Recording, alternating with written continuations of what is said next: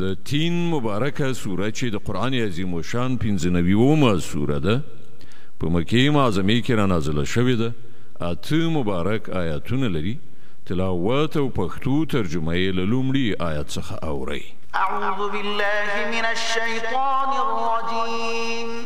پناه وړم الله تعالی شړل شوي شیطان څخه. بسم الله الرحمن الرحیم. د الله په نوم چې ډیر زیات مهربان پوره رحم لرونکی دی.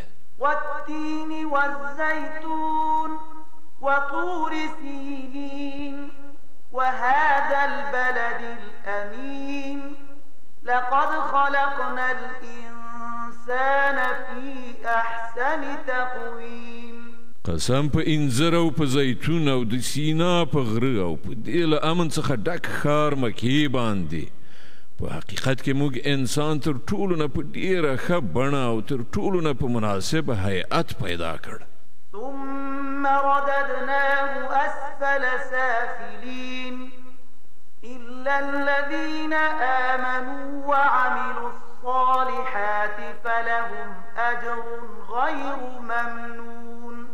بیا مو هغه په چپه رااړولو له ټولو مخلوقاتو څخه په ډېره ټیټه مرتبه وګرځاو پرته له هغو کسانو چې ایمان یې راوړ او ښه عملونه کوي چې د هغو لپاره هیڅکله نه ختمېدونکی اجر دی. فما يكذبك بعد بالدين أليس الله بأحكم الحاكمين. نو ای پیغمبره له دې ښکاره حقایقو وروسته تا څوک د ثواب او عذاب په چاره کې دروغجن ګڼلی شي؟ آیا الله تر ټولو حاکمانو لوی حاکم نه دی؟